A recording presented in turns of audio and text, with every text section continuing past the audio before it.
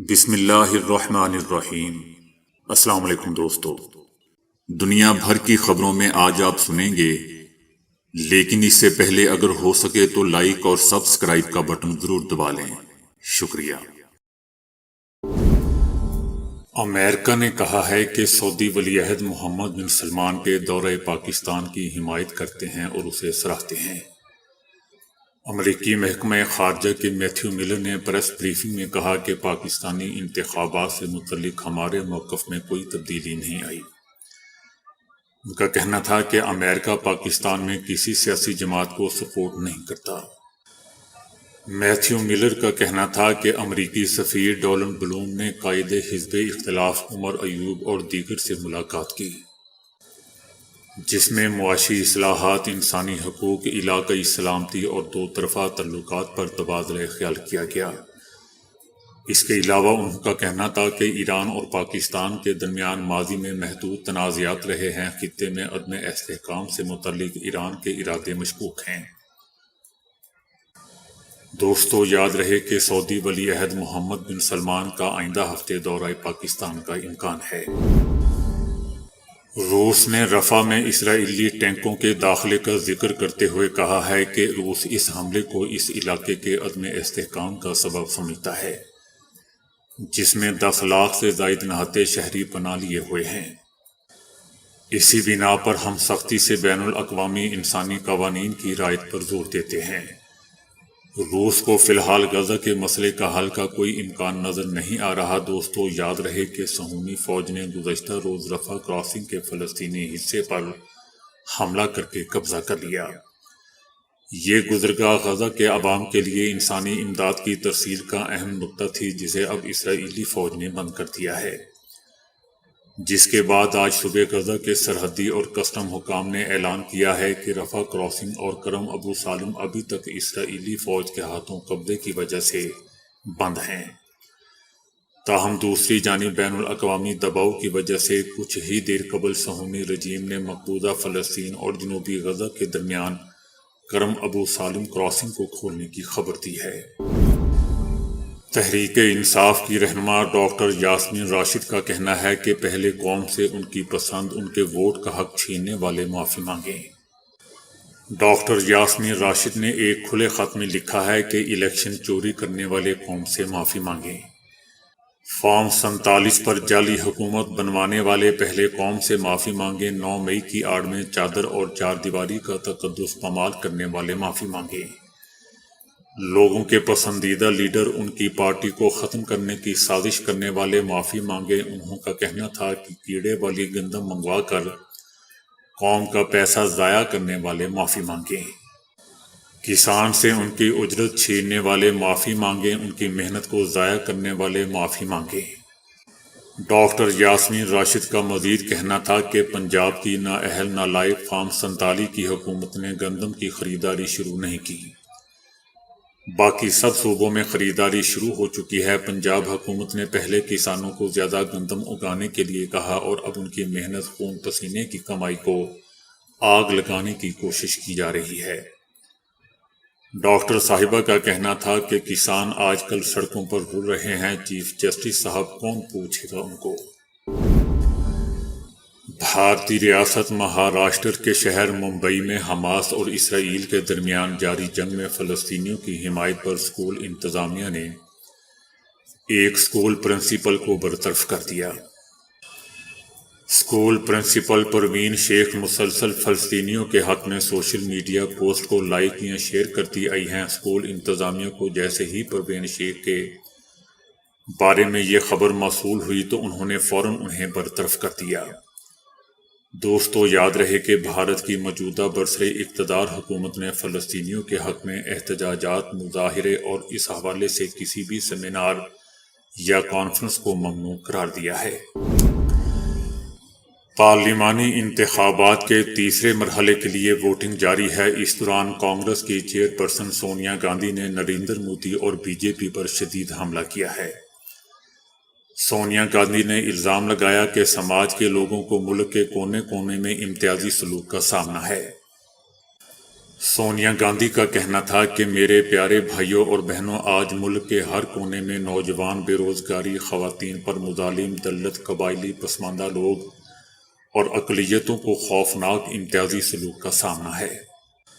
ان کا کہنا تھا کہ ایسا ماحول وزیر اعظم نریندر مودی اور بی جے پی کے ارادوں کی وجہ سے ہے۔ سونیا گاندھی نے کہا کہ ان کی توجہ صرف کسی بھی قیمت پر اقتدار حاصل کرنے پر ہے۔ انہوں نے سیاسی فائدے کے لیے نفرت کو فروغ دیا ہے۔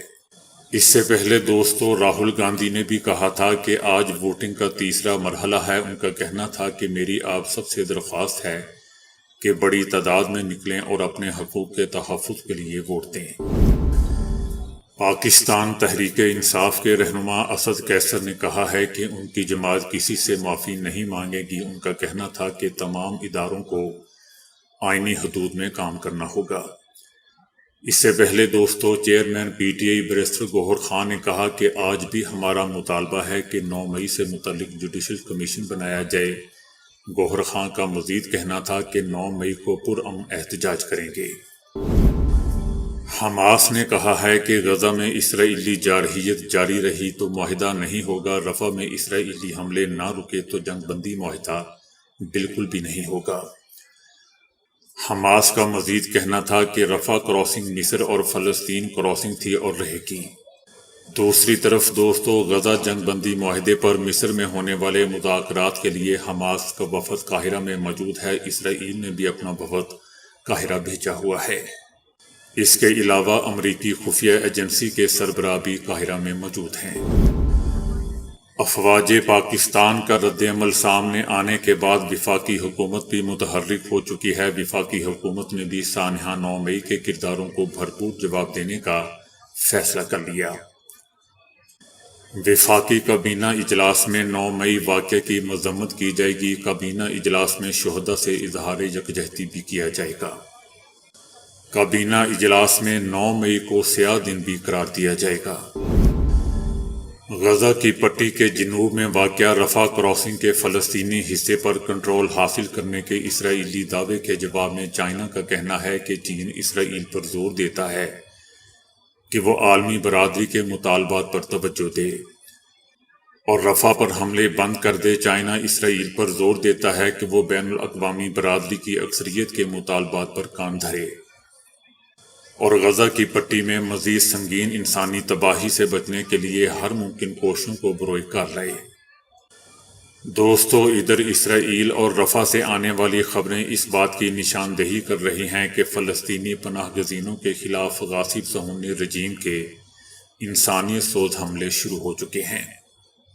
اس حوالے سے غاصب اسرائیلی فوج نے رفح کراسنگ میں داخل ہونے والے اپنے ٹینکوں کی تصاویر جاری کرتے ہوئے رفح کراسنگ کے فلسطینی حصے پر کنٹرول حاصل کرنے کا دعویٰ کر دیا ہے۔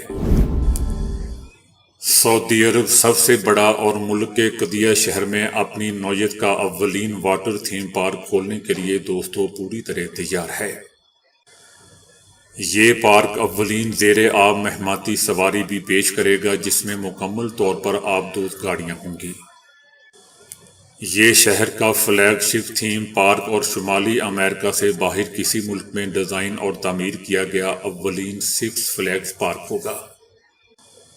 سعودی عرب میں بنایا گیا اولین واٹر پارک اپنے 22 جھولوں اور خاندانوں کے لیے دوستانہ آبی سرگرمیوں کے ساتھ دنیا بھر سے سیاحوں کو اپنی طرف متوجہ کرنے کے لیے بالکل تیار ہے۔ لوگ مختلف اقسام کی کشتیوں کی سیر اور چٹانوں سے چھلانگ لگانے کے ساتھ ساتھ سعودی عرب کے اولین موج سواری کے تالاب یعنی سرف پول کے لیے وقف ہے۔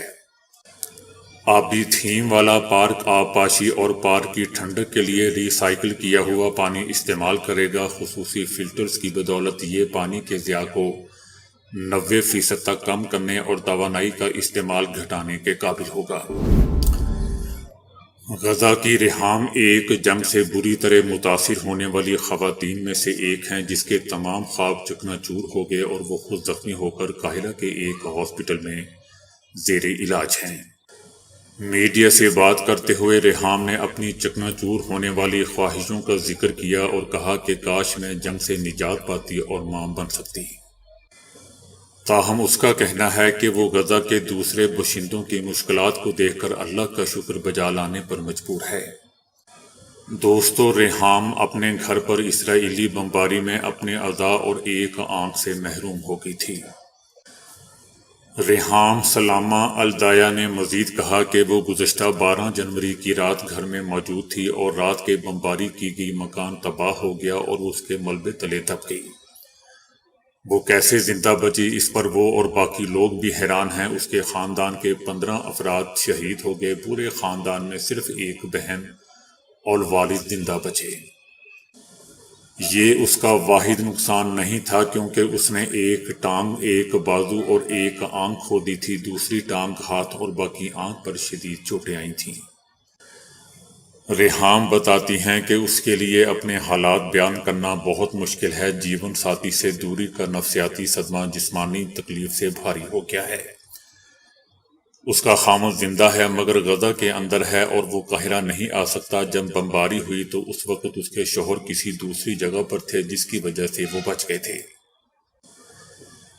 ریحام نے بتایا کہ ہم کبھی کبھار کمزور انٹرنیٹ پر ایک دوسرے کے ساتھ بات کرتے ہیں مگر ہم مل نہیں سکتے۔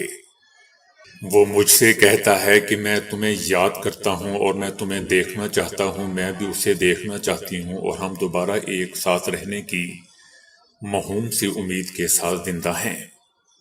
اس کی المناک صحت کی حالت کے باوجود ریحام سے جب اس کی خواہشات کے بارے میں پوچھا گیا تو اس کے منہ سے صرف سادہ سے خواب ہی نکلے۔ ان کا کہنا تھا کہ میں جنگ ختم کرنا چاہتی ہوں اور ایک گھر ہو جہاں میں اور میرے شوہر اکٹھے رہ سکیں، ایک بچہ ہو اور میں ماں بنوں اور مجھے ذہنی سکون مل سکے۔ پی ٹی آئی کے رہنما شیر افضل مروت نے کہا ہے کہ میرے اپنے ہی لوگ ہماری ٹانگیں کھینچ رہے ہیں۔ شبلی فراد اور عمر ایوب نے میری عمران خان سے ملاقات نہیں ہونے دی۔ بطور احتجاج ان کے ساتھ کام کرنے سے انکار کرتا ہوں۔ ان کا کہنا تھا کہ آج کچھ متنازعہ باتیں کروں گا۔ کل بھی عمران خان سے ملاقات کے لیے آیا جس پر سپرنٹینڈنٹ نے کہا کہ عمران خان سے آپ ملاقات نہیں کر سکتے، اور آج بھی جیل سپرنٹینڈنٹ نے ملاقات نہیں کروائی۔ شبلی فراد اور عمر ایوب نے میری یہ ملاقات نہیں ہونے دی۔ شبلی فراد نے اس لیے کہ نون لیگ کہتی ہے کہ اگر شیر افضل کو پی اے سی کا چیئرمین بنائیں گے تو ہمیں قبول نہیں ہے۔ یوکرینی صدر اور دیگر اعلیٰ فوجی عہدیداروں کو مارنے کی منصوبہ بندی دوستوں عین موقع پر پکڑی گئی۔ یہ سازش روس یا کسی اور دشمن ملک میں نہیں بلکہ یوکرین میں ہی صدر سمیت اعلیٰ حکام کی سیکیورٹی کو یقینی بنانے والے اسٹیٹ گارڈز کے 2 کرنل رچا رہے تھے۔ یوکرین سیکیورٹی سروس کے بیان میں یہ بھی کہا گیا ہے کہ ان دونوں افسران کو ایسے کسی شخص کو تلاش کرنا تھا جو صدر کی سیکیورٹی پر مامور ہو اور صدر کو یرغمال بنا کر مار سکے۔